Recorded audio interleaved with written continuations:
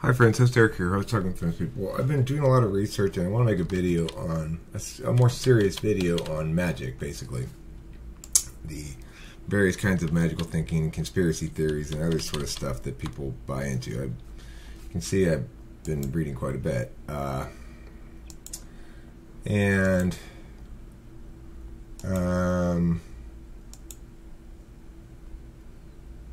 A lot of stuff here on Rational Wiki, which is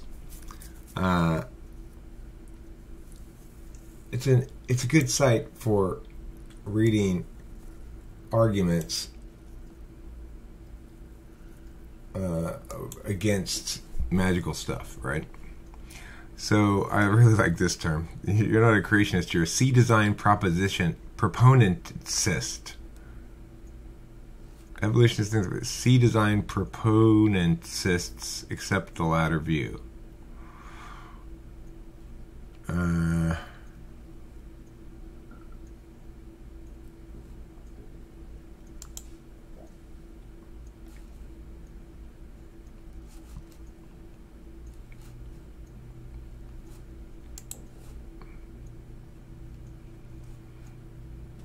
Okay, so modern geocentrism. I guess there's still some modern is a pseudoscience that maintains certain aspects of the physical world, more specifically life, here signs of having been designed, and hence were designed by an intelligent being. Okay, well, I am not a proponent of intelligent design because I don't think that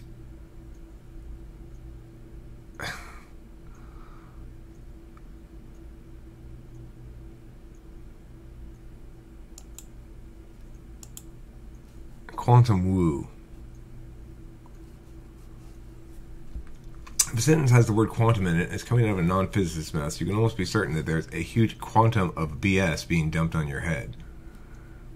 Quantum woo is the justification of irrational beliefs by an obfuscatory reference to quantum physics. Buzzwords like energy field, probability wave, and wave particle duality are used to magically turn thoughts into something more tangible in order to directly affect the universe. This results in foolishness such as the law of attraction or quantum healing. Some turn to quantum woo into a career, such as Deepak Chopra, who often presents ill-defined concepts of quantum physics as proof for God and other magical thinking.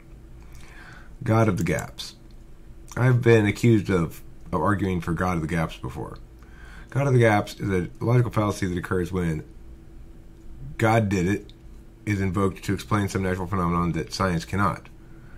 Okay, so when I critique things, when I critique existing explanations, I don't provide preferable alternatives usually. There's a good reason for that. Because I don't need, if I'm negating, I don't need to affirm anything. If I have a counterplan, fine. But if I don't have a counterplan, then I don't need to affirm anything.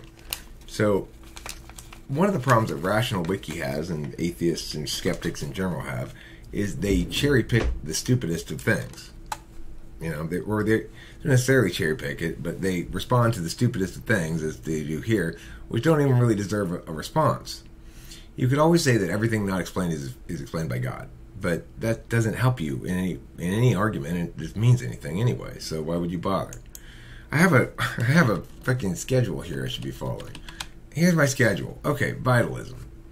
So let me talk first about vitalism. Vitalism is the notion that life, there's some force that's unique to life that is not present in non-living things, and it's often used to justify the idea of a soul or something. Now, vitalism was largely disproved, which is to say that scientists moved away from vitalism once somebody made fake pee. Because it was the first time, or the second time actually, that somebody had generated an organic compound from inorganic materials, thereby presumably establishing the potentiality that life would be a consequence of natural chemical reactions between inorganic compounds, gradually becoming organic, gradually becoming whatever, and so hence evolution. So, the invention of organic chemistry, namely the conversion of inorganic compounds into organic compounds, that aspect of it anyway, it had a lot to do with evolution, and it's linked strongly with as far as explaining things. Next, I want to talk about Corey and conspiracy. So, a long time ago, from like 2001 to 2005 or so, I was a methamphetamine addict, and so was my friend Corey. We were methamphetamine addicts together, and so was his wife Liz. It lasted for about 4 years. Now, he's an INFJ, and if you know anything about INFJs, they're prone to conspiracy theories. So, he was all into William Wright. And you had orgone. He believed in orgone, and he had made these things like, if you put metal inside of like some sort of resin, then that's an orgone accumulator, I guess, or an orgone. Who knows?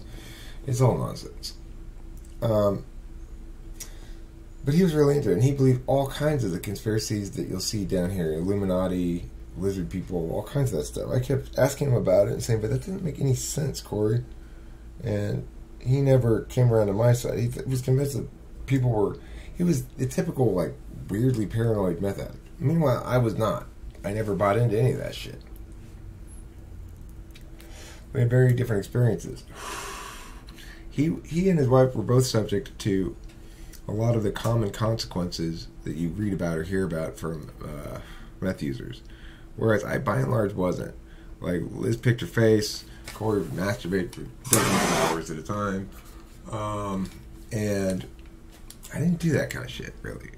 Was I a little extreme in my expression of self? Sure, but I didn't have nearly the negative impact on me that it did on them.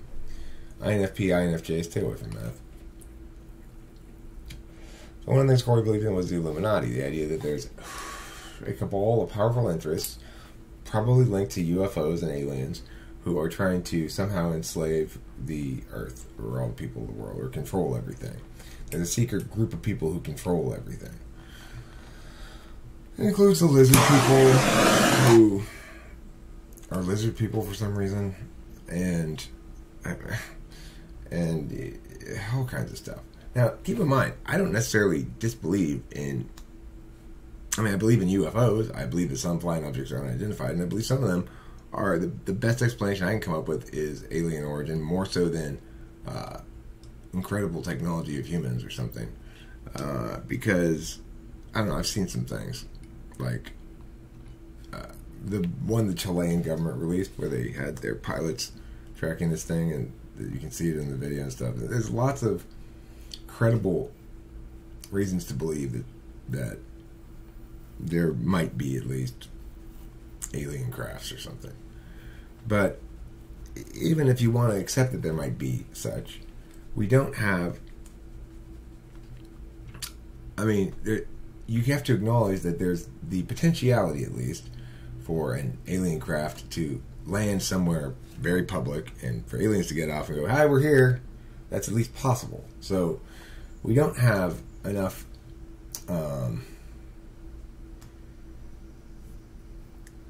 concrete reason to believe that we're dealing with alien crafts, because we haven't had anything like that. We don't have a cut and dry we don't have a bloody handprint on the wall. We don't have something like that. We don't have video footage of actual aliens doing shit.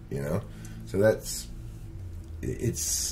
you could argue that, given the amount of attention people direct towards it, that we should have something more solid evidentiarily by this point, if it were concrete in a physical sense. There were something really going on that was... I mean, but that's ultimately an appeal to ignorance. So it's not a good, meaningful reason to conclude anything. I say the best thing that ignorance is a reason to conclude is having undefined position on it. I'd like to say, well, I don't know. That's what ignorance is. I don't know. So that's my take on that stuff. Evolution. Now, one of the things that brought me back to this confluence where magical thinking and science meet or something is evolution. So I started looking into it with just sort of a gut instinct that it was bullshit, and expected to learn what I didn't understand and how it's not bullshit. I can genuinely tell you I was surprised to discover that it is bullshit. It's absolutely bullshit. What do I mean by bullshit? I mean there's no reason to believe the evolutionary explanation for the origin of the species. Period. It doesn't mean it still might not possibly turn out to be true. It's just that all the evidence we have is contraindicative of that. So, first let's talk about species definition and speciation. What evolution purported to explain originally was how species differentiated from one another and became distinct species. And we had a clear definition of species, which was things that are able to mate with each other and produce viable offspring. That definition of an attribute still exists, but scientists don't want to use it as a species definition because if they do, it destroys evolution. I mean, that may be the reason why. I don't really know why they don't want to define species like that anymore, except to say that it's sort of implied by the fact that every species, according to evolution, is undergoing ongoing changes to the species gene pool that range from minor to major. Now, one thing that the scientists haven't been able to get away from this reality is that most species are not currently, apparently by any measure we can use, changing in terms of their phenotype. You know, how they look, and expressions of the genotype themselves seem to be the same across multiple generations, more or less. Even though certain mutations presumably would be advantageous. So, in order to explain that while also keeping the idea of ongoing slow change over time resulting in speciation somehow, scientists came up with the idea of punctuated equilibrium, which states that most of the time species are in a state called stasis, where they're not changing, and that it's just through brief periods of rapid evolution that evolution occurs. And once they fill a niche, then they're no longer involved. They have no longer any pressure upon them to continue to evolve, so they reach stasis. But if you try to ask, well, how many generations does it take to get from meow to meow? Nobody can or will even attempt to tell you any kind of answer to that. They have something called a molecular clock that purports to be able to tell the difference, purports to be able to convert time frame into, evolutionary change into time. So it's like, okay, well, here's a common ancestor animal. Here's this one that's here, and then there's this one over here, right? That's presumably they both came from this. There's this one, but then this one branched off, and it's somewhat maybe further down the line. This one stayed in stasis, and this one didn't, or something. And to go, okay, well, it was probably this many million years. Okay, but how many actual generations are we talking about? One thing that we can all agree on, because it's indisputable, is that as species grow in complexity, they reduce in numbers as a general rule, and they move further apart from one another as a general rule, as they move up the predatory chain. It doesn't necessarily mean they're isolated individuals. It could mean isolated groups, But the question then becomes how many generations, not how many years. Because what we discover is that it doesn't work. It doesn't work mathematically when you look into it, okay? And part of the reason why it doesn't work mathematically is because of this. The chilling regularity of mass extinction. Scientists say new evidence supports a 20 million year cycle linking comet showers and global die-offs. Well, if you've discovered that there's a 26 million year cycle of extinction events on the Earth, and I've also read 23 million years, so but this one is 66 million, so that's not a I don't know what the last one is. In recent decades, researchers using other methods have found evidence for a 26 million year cycle of extinction, but the ideas remain controversial and unexplained. Well, what's a good explanation for it? Oh, comets. Comets come periodically, and they have that huge kind of a time frame. Okay, so is there other evidence to support comets? Or just that it kind of works, seems might work, might explain it. Renning is the author of another study that focuses on the Chicxulub crater, the massive divot beneath the Yucatan Peninsula that was created the same impact explained for the extinction of the dinosaurs. Rennie and his colleagues believe that the comet or asteroid that blasted on Earth and made Chicxulub also set off a global chain reaction of volcanic eruptions that accelerated the end of the dinosaurs. Okay, so I guess that wasn't enough, the asteroid, so they still couldn't explain it, so they're like, well, let's just pretend a bunch of volcanoes went off all at once. Volcanoes are believed erupting continuously for millions of years, long enough to make Hawaii's Kilauea, which has been flowing since 1983, seem laughable. While Rennie is interested in the possibility that volcanism is tied to intervals of mass extinction, the possible connection doesn't explain what kind of cycles might trigger the awakening of Earth's most powerful magma systems on a global scale. That's where theories about galactic periodicity come into play. So in other words, our theory doesn't work. Oh, well, let's add some other nonsense into it. One of the earliest proponents of a periodic record of mass extinction was a guy named Rich Mueller. He proposed a kind of phenomenological periodicity. How do you say that fucking word? Periodicity, in which they didn't really have a mechanism. Okay. In other words, Mueller found the pattern, but didn't know it drove the cycle. They say comet showers. The showers, the theory goes, are triggered by the movement of the sun and planets through crowded mid-plane of our galaxy. As the sun crosses that region, it disrupts great clouds of space dust. Those clouds, in turn, throw off the orbit of the comet, sending them careening towards Earth. In another theory, planetary scientists suggested that one region of the solar system, in particular known as the Oort comet cloud,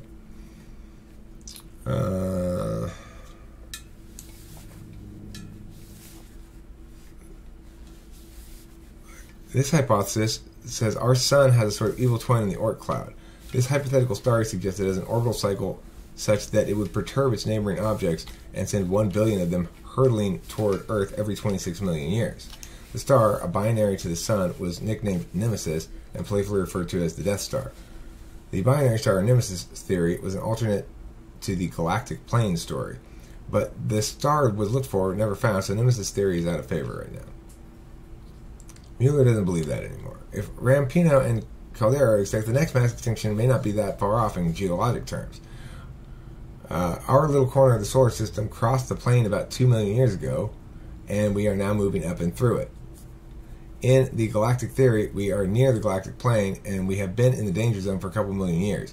We are still close to the planes, maybe 30 light years above the plane, and a light year is 6 trillion miles. We won't come back across the plane for another 30 million years. And while scientists can't be sure when the next major comet or asteroid event will be, the one that killed the dinosaurs still stands out as extraordinary even by mass extinction standards. The city-sized asteroid released more energy than 1 billion nuclear bombs. That's a lot of energy. There hasn't been an impact large enough to cause major mass extinction since the impact 66 million years ago. That was a 10-kilometer diameter. In fact, the largest impactor in the last 66 million years was only 5 kilometers, which has only 1/10 the energy, so it probably wouldn't have taken out the dinosaurs. In fact, if a 10-kilometer sized object had hit in the last 66 million years, we wouldn't be here. Our ancestors probably would have been knocked out. Okay, so you'll note here that how weak the theory of evolution is, the quote-unquote theory of evolution. It does nothing that it purports to do. In other words, it doesn't explain anything. And it runs counter to existing evidence. Wolves can still breed with dogs. Why haven't they speciated in the old sense of the word? Oh, well, look, we've maximized the vectors associated with evolution such that they could never be maximized in nature. In other words, we've intentionally, willfully bred this particular trait and that particular trait and stuff like that, and we still haven't been able to create a new species by the old definition. the thing to take away from that is not now it's time to change the definition, because it's the only meaningful definition of species we have, and the fact that lions and tigers can't produce viable offspring is a empirical fact. We can't avoid that reality, and we have to explain it somehow. Why is it that things that look very different, like two breeds of dogs, can still mate, but lions and tigers that look kind of similar can't? Or horses and mules or donkeys or whatever. Which one? I don't even know which one. I think it's donkeys breed with horses to make mules. I don't know. It could be mules breed with horses to make donkeys, but I think it's donkeys breed with horses to make mules. Okay. So another thing to think about regarding, so there's a lot of concentric circles in evolution. A lot of extra bullshit added to keep the theory, but even though it no longer resembles remotely what it started as. Another reason that's not very strong, but it's worth noting. People get really angry when I explain why evolution is not something they should affirm. People don't get angry when they're right, very much. Or put it this way. If they really believed that evolution explained everything as firmly as they claim to, or if they really believed that evolution is beyond reproach in some regard, then they wouldn't care so much about me reproaching it, and I'd be sounding like a crackpot, right? But I don't sound like a crackpot. I can tell you that for sure. The ones who sound increasingly like crackpots are the ones who continue to defend evolutionary frame, despite the fact that I've given you all these really good reasons why you shouldn't. So, and they get really mad at me. That's indicative of that I'm probably right next to or pushing on the weak spot of sacred ground. Significance. Does it matter if we have the right explanation for where species comes from? Well, yeah, because using the wrong explanation, we have all this evolutionary frame bullshit that's happening in psychology and stuff where they go, well, the reason people are like this is because it served this evolutionary purpose when we were still evolving. It's silly. It's so silly. Because it doesn't serve an evolutionary purpose, really, if you think about it. Even if you buy evolution, what it does is correlation of one with successful reproduction. Otherwise, the genes don't get passed on. So we know that. But and we also know, according to evolution, that most mutations are bad, nearly neutral, or neutral. And really, most of them are not neutral. They're nearly neutral. They're still almost all bad. There's very, very, very, very, very few positive mutations. So, evolutionary theory doesn't have an engine that works. It doesn't explain how the change occurs. It doesn't have math that works. It can't justify the amount of change it claims to have occurred in the short periods of time that it claims in which they've occurred, 26 million years or something. It has the neutral theory and periodic equilibrium as concentric circles around it to try to make it work somehow anyway. Genetic drift, that doesn't work either, and it's a fucking mess. So if you still think evolution explains the origin of species, you haven't looked into it very much. And it does matter, because if we want to explain why people are the way they are, we have a lot of different possible frames to use. If we use the evolutionary frame, we're going to be wrong. Not only because, even if evolution is right, we're still going to be wrong. Because if evolution is right, those mutations are random, and they don't serve a purpose for the society and species as a whole. They just end up getting preferred by reproduction, and most of those mutations are neutral or nearly neutral. So, all right, now I want to talk a little bit about magical host Eric. I am not entirely a rationalist. I'm tempted towards vitalism in general. I do think that consciousness is some kind of an energy. Like, what's the difference between when I am alive and dead? I've got the same, let's just say I die of a heart attack. I've got the same body parts and everything, all the pieces are still here, It's just turned off now, and you can't turn it back on. So you can try, like if you do a, what's that called? Like those electric things, you put them on your chest and they go, and you go, oh. I forget what that's called. Defibrillator is what it's called.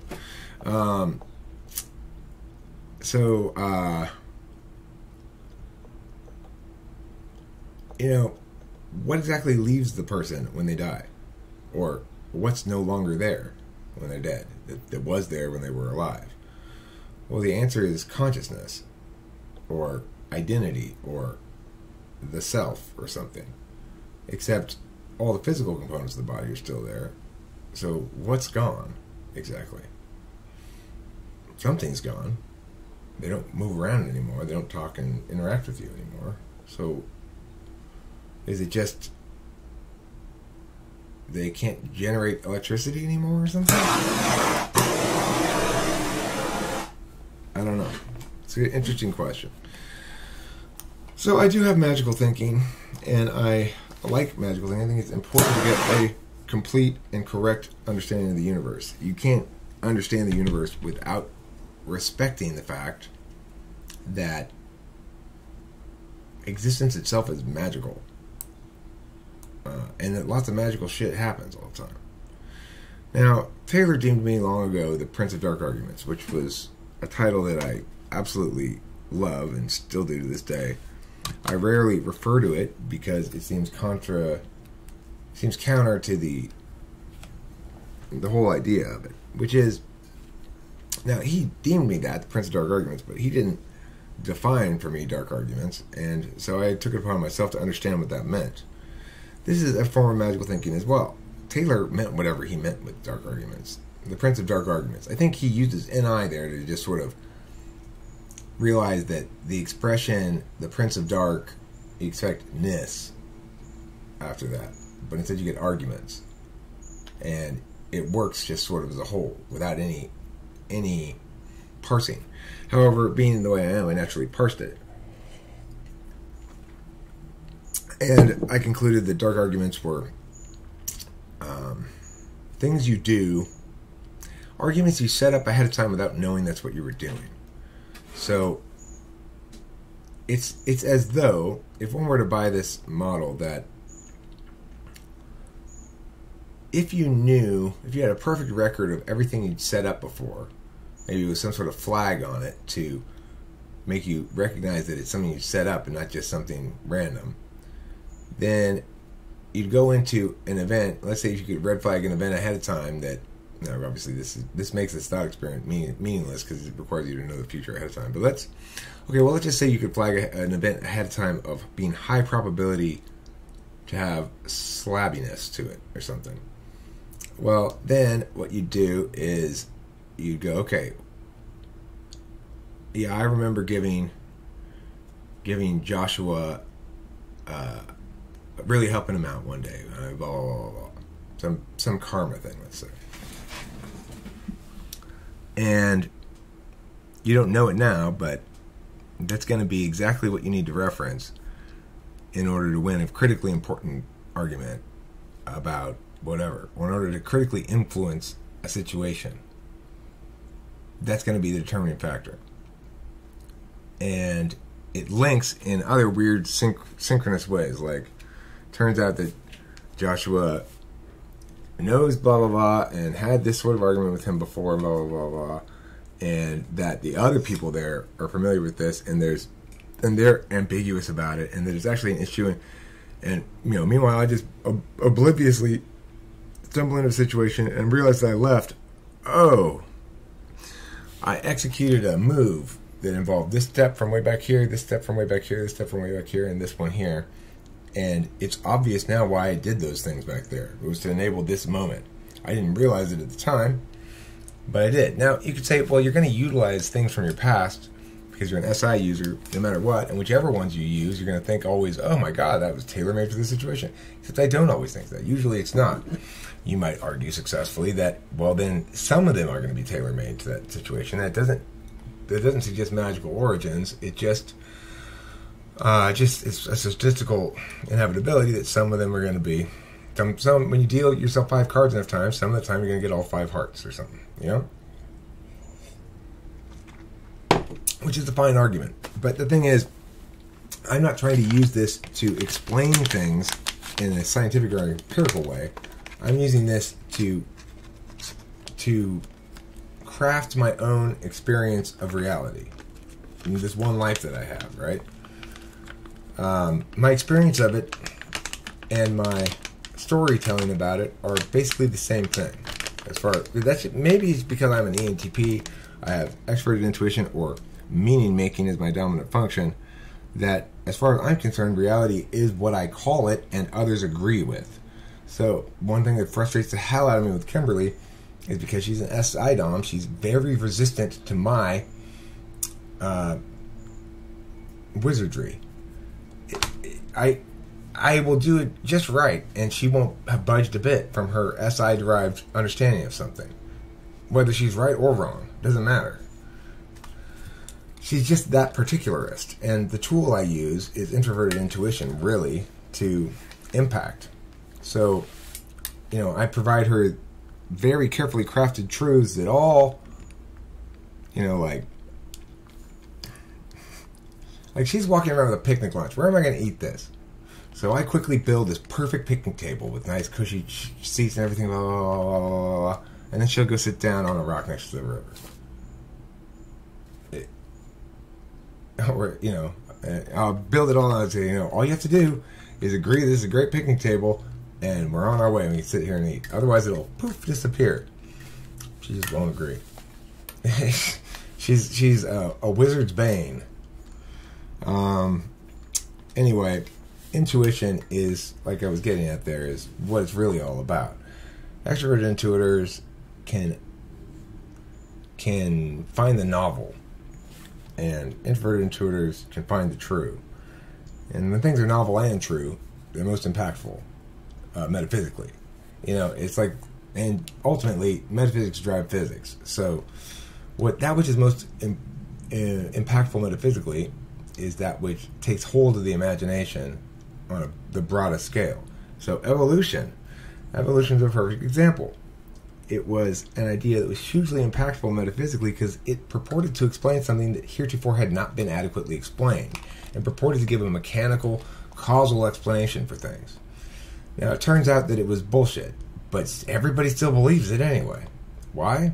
Well, because it was a hugely impactful metaphysical idea. It's so introvertedly intuition true that it's hard to shake. Because you go, well, we know that genetics change things over time. We know that we can change the appearance, at least, of the species. That we can basically make a new species. Chihuahua, Great Dane, they're so different they might as well be a new species. Okay, but why can they still mate? Well, because there just hasn't been enough time. Really? Because this is the maximized, absolute maximized change we can, only willful application of directed energy towards creating that change has been able to create that change. And even so, even though we're operating much faster at the same mechanism that evolution ever possibly could, we still can't speciate them. Why not? Well, it's, you know, and the answer is because it's a wrong explanation.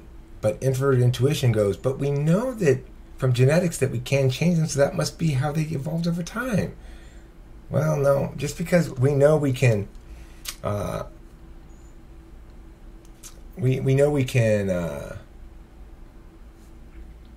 change the appearance of a current house by cutting a couple of new window holes in it, that doesn't mean that's how houses originated. It's like, well, you know, first there was a small little hut, and then it grew into a slightly bigger house, and slightly bigger house, until now we have this mansion here. That's how it happened. But what's the mechanism? The biology has the same problem that example would have, even though the example would seem to be not analogous because we're not talking about living processes.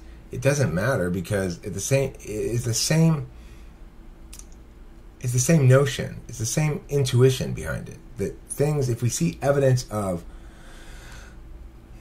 simple, a little bit less simple, a little bit less simple, a little more complex all the way up, that they must have gradually grown in that capacity, just as a tree does. We see a tall tree, we know that it started off small and it grew taller and taller. Okay, but a species isn't a tree. A species is a whole bunch of trees, a whole bunch of individual trees. So, anyway, that's not a very good argumentation there, but whatever. Slabs. So, not everything is about intuition or your own magic making. A lot of shit that happens is out of your control. And some of the shit that happens is slabs, which tend to be offset in time. What I mean by that is Buffy died not that long ago. Buffy, our chicken. I had to chop her head off and put her in the trash because she was so sick she couldn't even stand up. Kim had already nursed her all the way back to health from being sick once before, but she got worse and worse and she wasn't getting any better, and we put it off as long as we could, but then Kim said, "It's time to put her down." So I used the loppers for the tree branch to chop off her head, and it was quick and painless, or I'm assuming it was painless. I don't know. It was quick and it wasn't messy. I don't know if that was a post payment. Like, why did Buffy die? Well, it probably was a post payment for Pomona. In other words, that Pomona $5,000 magically, slabbily came in right when I needed it, and without any willful planning on my part at all. I just did things right all the way through, and I walked out with $5,000. I just didn't make any mistakes. That's all I did. And I didn't even try to get $5,000. I was trying to do something else, and I ended up with $5,000. So, still, the slabs had to do a lot of work to make that happen for me, which means they have to extract that payment from me. Schmitty died for our sins. Lacey died for mine. Buffy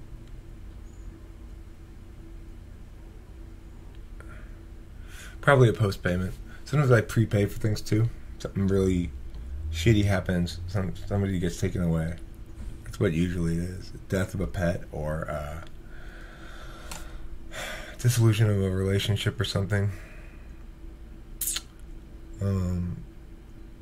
If I'm being good, then it's prepayment for some good thing, or occasionally post payment. But if I'm being bad, then it could be the cost of the thing. And that's my job as the Prince of Dark Arguments, to handle reining in all those narrative lines correctly and be a meaning smith in a way that creates the reality I wish to have. Omens. So when Buffy died, it could have been an omen, or it could have been a payment. If it's a prepayment, then it also functions as an omen. If it's a post payment, then it doesn't. So that's part of my magical thinking. Well, how do you know, Eric, which one's which? Well, you just gotta intuit that shit. Utility, correctness, truth, and others. So the reason I'm able to be magical in my thinking without giving up my mind, quote unquote, is because I tend to focus on its utility, and I recognize the particularness of this experience, that I am one particular individual who has one life to live and can experience it how he wishes. So I can choose to be dismissive of non-rational explanations. I can choose to incorporate non-rational explanations. Regardless, the thing that makes me rational no matter what I do is that I'm not evaluating things on just their utility, their correctness, their truth, or any other individual metric like authenticity or social impact or regular impact or ideational novelty or any of those things. I'm not just using some of them or even all of them to understand the world. I'm understanding the world by having a metaframe that recognizes those things as manifestations of reality generation and wrestles with the distinction between a teleology-based worldview in which I'm concerned about pragmatics, impacts, ends, and a principlist worldview that is concerned with means and the complications of philosophizing thereabout. So let's move now into functions a little bit. NI is a huge function in this whole conspiracy theory thing. If you're an NI user, you might end up believing in things like cloudbusters. Cloudbusters are William Reich's magical cloud-busting invention. And one thing I wanted to show is this funny video with Donald Sutherland in it. They build a giant William Reich cloudbuster.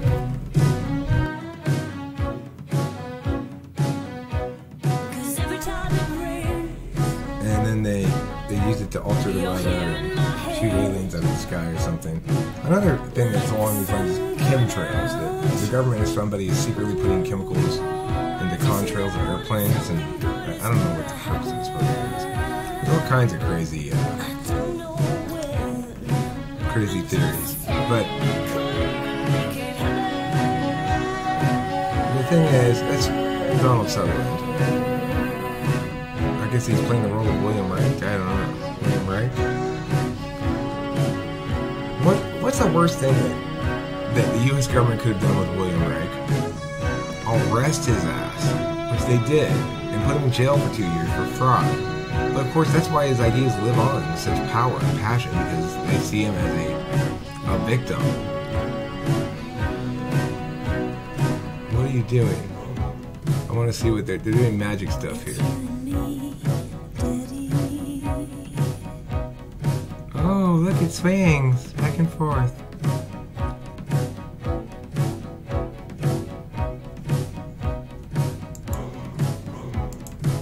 I want to see what happens in this video, though.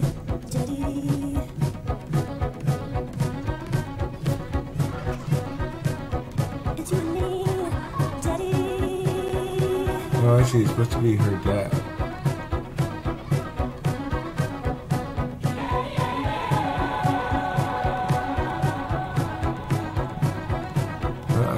G-men are coming to arrest him or something. Yeah, his ideas are too revolutionary.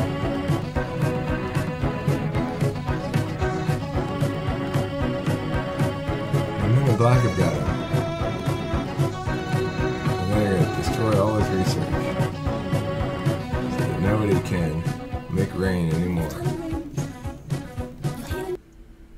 What happens?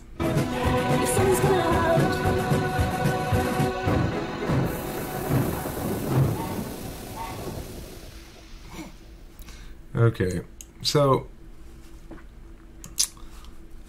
that's about it for this video. The meta critique. Oh yeah, I wanted to critique functions. So you can make a lot of the critiques that you make for varying pseudoscience about cognitive functions as well. But this is why it's so important to have the ultimate meta critique, which is all of these things are arguments. They're either affirmations or negations. And starting there is number one thing that people need to do if they want to have good thinking. Understand whether you are affirming or negating and what the difference is. Like, this guy I watched who's really nutty, who did this video about all this kind of shit. He's alternately affirming and negating left and right without any consideration for what the respective burdens of those two duties, those two actions, those two forms of action are. And it makes it silly to listen to because nothing's meaningfully accomplishing any work, right? Sentences should accomplish work. Otherwise, why are you saying them?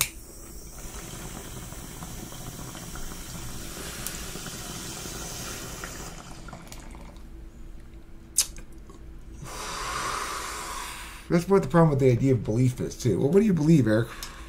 What do you mean? What am I arguing? Am I affirming something? Am I advocating something? Am I negating something? What am I arguing is the only question that matters. It doesn't matter if I believe something or not. It's not a meaningful term. Belief is just attachment to arguments, I guess. The more firmly you believe something, the more strongly you are attached to those arguments. It's not a good thing. It's not, I mean, it's necessary to be committed to a path. But that's not the same thing as belief. So there's an arbitrary quality to life such that if I'm committed to the path, this is what I'm going to be doing.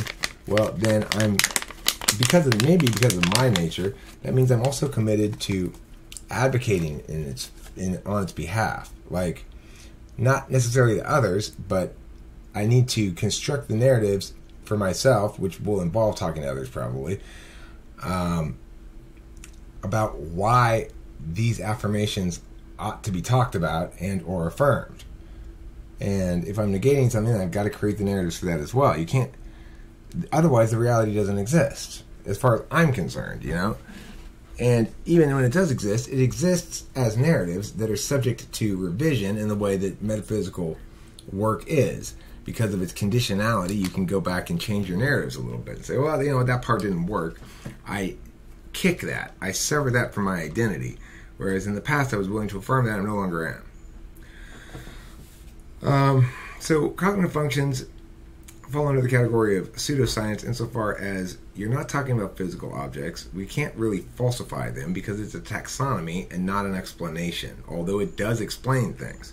Now, when it does explain things, it starts to get into a model, but it's a difficult model to falsify because if I were to say, you do meh because of reason meh, well, I could also come up with reason mew, me, my, and I'd need to be able to differentiate between which of those reasons is stronger or weaker by pointing at some point to either reasoning or empirics.